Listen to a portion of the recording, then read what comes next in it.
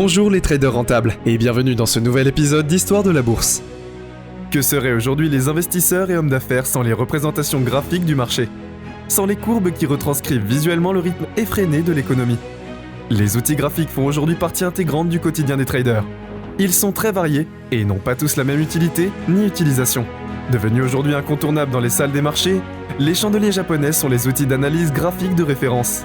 Ils fascinent autant par leur ancienneté que par les légendes qui gravitent autour. C'est leur histoire que nous vous racontons aujourd'hui dans ce nouvel épisode d'Histoire de la Bourse. C'est parti! Mais avant de nous jeter à corps perdu dans une nouvelle histoire de la bourse, essayons de comprendre de quoi il s'agit. C'est quoi les chandeliers japonais? En une phrase, les chandeliers japonais sont des représentations graphiques, des outils d'analyse boursière qui sont sans doute les plus utilisés par les traders au quotidien. Ce drôle de nom provient tout simplement de la forme que prennent les courbes sur les écrans. Elles sont en forme de bougie, un rectangle vertical qui possède un trait fin également vertical à son sommet ou à sa base, aussi appelé mèche. Ce type de graphique, au même titre que l'affichage en ligne ou en barre, représente l'évolution d'un cours pendant une période donnée. Celle-ci est elle-même divisée en périodes élémentaires successives, de même durée, chacune étant représentée par un chandelier. C'est justement la juxtaposition de tous ces chandeliers sur le graphique qui montre la variation du cours dans la période ciblée. L'utilisation de ces bougies japonaises, aussi appelées candlesticks, est agréable à l'œil car le corps des bougies est plein ou coloré, mais en plus de cela, elle donne aux traders un ensemble d'informations très précieuses. En théorie, l'analyse d'un graphique en chandelier sur une période passée est supposée donner des indications sur le cours futur.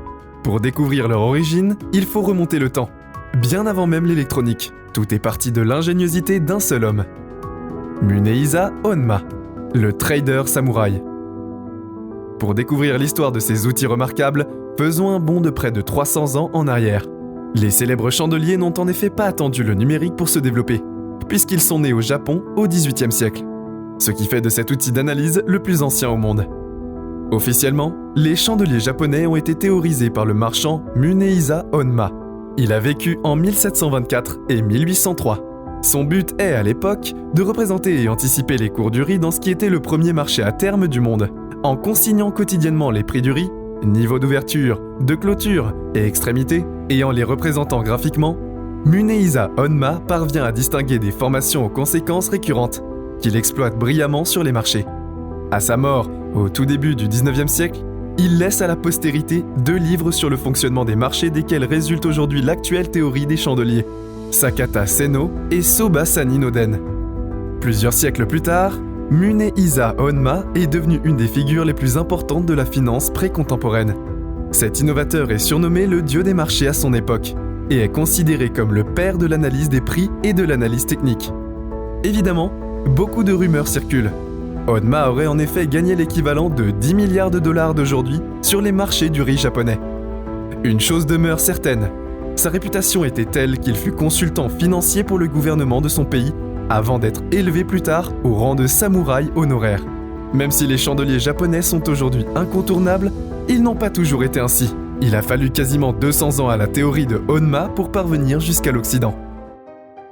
Steve Nissen, héritier spirituel. C'est en 1991 qu'un certain Steve Nissen, analyste technique et ancien vice-président de Daiwa Securities, révèle les chandeliers japonais au monde occidental, grâce à son livre Japanese Candlestick Charting Technique. Tout est parti d'une rencontre avec un courtier japonais qui utilisait cet outil pour analyser le marché.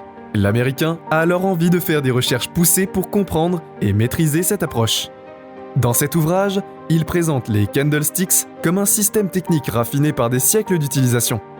Un système tellement versatile qu'il peut être fusionné avec n'importe quel outil technique occidental.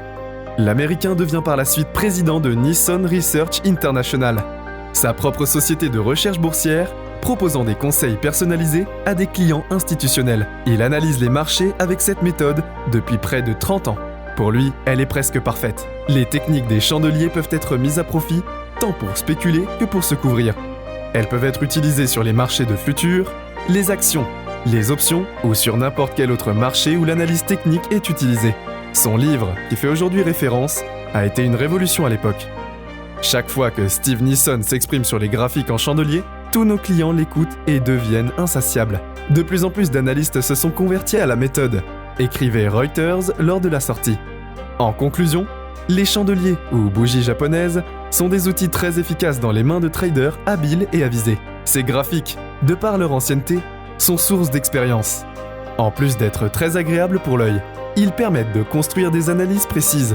Attention cependant, les chandeliers doivent demeurer une aide à la décision et ne sont nullement rattachés à des règles rigides. Malgré le mysticisme qui entoure leur création et leur côté iconique, ils ne constituent pas un gage de réussite en soi.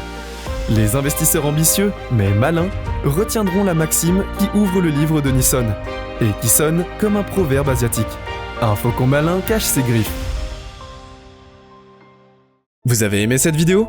N'hésitez pas à nous dire ce que vous en avez pensé en commentaire. Vous souhaitez en savoir plus sur l'investissement sur les marchés financiers ? Nous vous avons préparé une formation gratuite qui est disponible dans la description. À bientôt pour une prochaine vidéo d'Histoire de la Bourse.